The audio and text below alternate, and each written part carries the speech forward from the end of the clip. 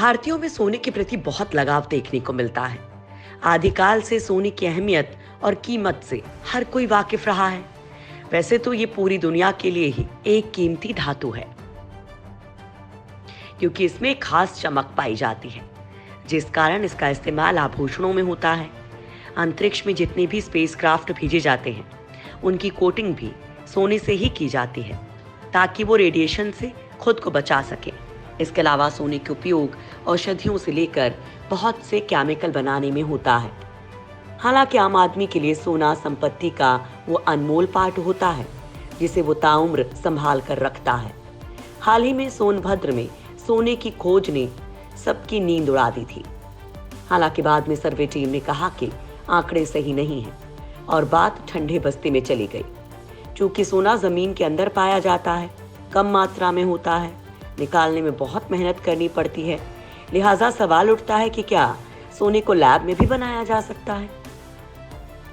तो जवाब है हाँ, बनाया जा सकता है। बस इसके लिए न्यूक्लियर रिएक्शन प्रक्रिया की जरूरत पड़ेगी। ये प्रक्रिया काफी जटिल होती है। लिहाजा दोस्तों, इस वीडियो में हम आपको लैब में सोना बनाने वाली पूरी प्रोसेस के बारे में बताने वाले हैं। न्यूक्लियर रिएक्टर में कैसे बन सकता है सोना? हम जानते हैं कि दुनिया की तमाम चीजें परमाणुओं से मिलकर बनी होती हैं। परमाणुओं में एक न्यूक्लियस होता है, जहां प्रोटॉन और न्यूट्रॉन एक दूसरे से जुड़े होते हैं, और बड़ी संख्या में इलेक्ट्रॉन भी न्यूक्लियस से जुड़े होते हैं। यहाँ समझने वाली बात यह है कि एक एटम की प्रकृति बहुत हद तक उसके न्यूक्लियस में पाए जाने वाले प्रोटॉन पर निर्भर करती है, क्योंकि परमाणुओं का भौतिक और रासायनिक गुण उसमें मौजूद इलेक्ट्रॉनों की संख्या और आकारों से तय होता है। वहीं इलेक्ट्रॉन्स की संख्या और आकार न्यूक्लियस में मौजूद प्रोटॉन की संख्या से तय होते हैं। लिहाजा किसी परमाणु की प्रकृति बहुत हद तक प्रोटॉन से संबंधित होती है। जिन परमाणुओं की न्यूक्लियस में प्रोटॉन की संख्या बराबर होती है, वे सभी करीब करीब एक ही तरह का व्यवहार करते हैं। लिहाजा बात करते हैं सोने की, जो एक ऐसा रासायनिक तत्व है जिसके हर परमाणु के न्यूक्लियस में 79 प्रोटॉन होते हैं। वो हर परमाणु जिसमें 79 प्रोटॉन हो, वो सोने का परमाणु है, और सोने के सभी परमाणु रासायनिक रूप से एक ही तरह का व्यवहार करते हैं। यानी अगर हम 79 प्रोटॉन और न्यूक्लियस को स्थिर बनाने के लिए पर्याप्त संख्या में न्यूट्रॉन का बंदोबस्त कर लें, तो हम सोना बना सकते हैं। अब वो कैसे करेंगे?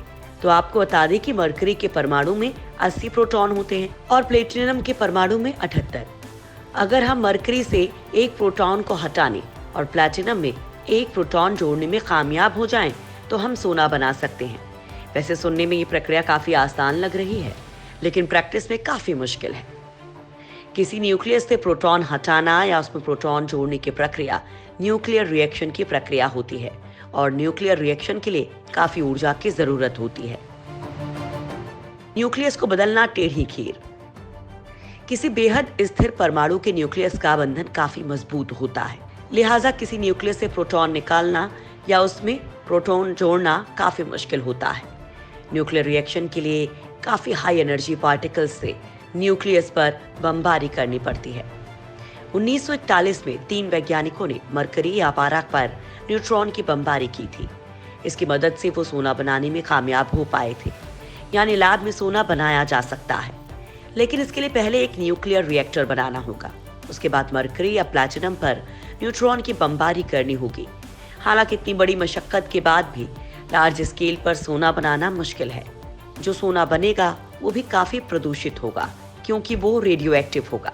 रेडियो एक्टिव सोने से गैर रेडियो एक्टिव सोने को अलग करना करीब करीब नामुमकिन है। इसकी वजह से इस पर काफी ज्यादा खर्च करना पड़ जाएगा, जिसे बेचकर भी आप उतना नहीं कमा सकते हैं।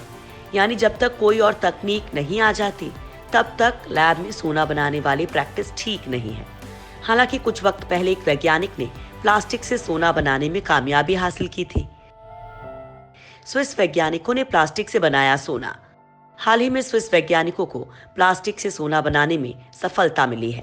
प्लास्टिक के मैट्रिक्स को मिश्र धातु के रूप में इस्तेमाल कर बनाया गया 18 कैरेट का ये सोना वजन में भी काफी हल्का, और इसकी चमक भी असली सोने जैसी है। इसे आसानी से पॉलिश भी किया जा सकता है। वैज्ञानिकों का कहना है कि हल्का होने के कारण यह सोने की घड़ियों और ज्वेलरी के रूप में काफी लोकप्रिय होगा। ये शोध साइंस जर्नल में प्रकाशित किया गया था। चूंकि शुद्ध सोना हर रोज पहनना बहुत भारी होता है, लिहाजा सोने को मिश्र धातुओं के साथ हल्का किया जाता है।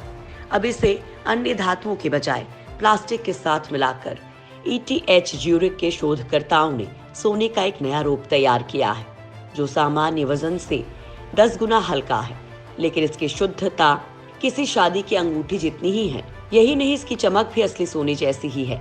स्विस विश्वविद्यालय ETH ज्यूरिख के वैज्ञानिक राफेल मेजेंगा ने बताया कि सोने का जो नया रूप विकसित किया गया है, उसका वजन पारंपरिक 18 कैरेट सोने से लगभग 10 गुना कम है।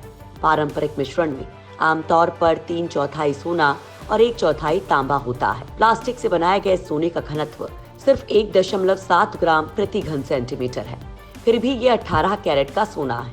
वैज्ञानिक राफेल मेजेंगा ने बताया कि इसे बनाने के लिए प्रोटीन फाइबर और एक पॉलीमर लेटेक्स का इस्तेमाल किया गया है।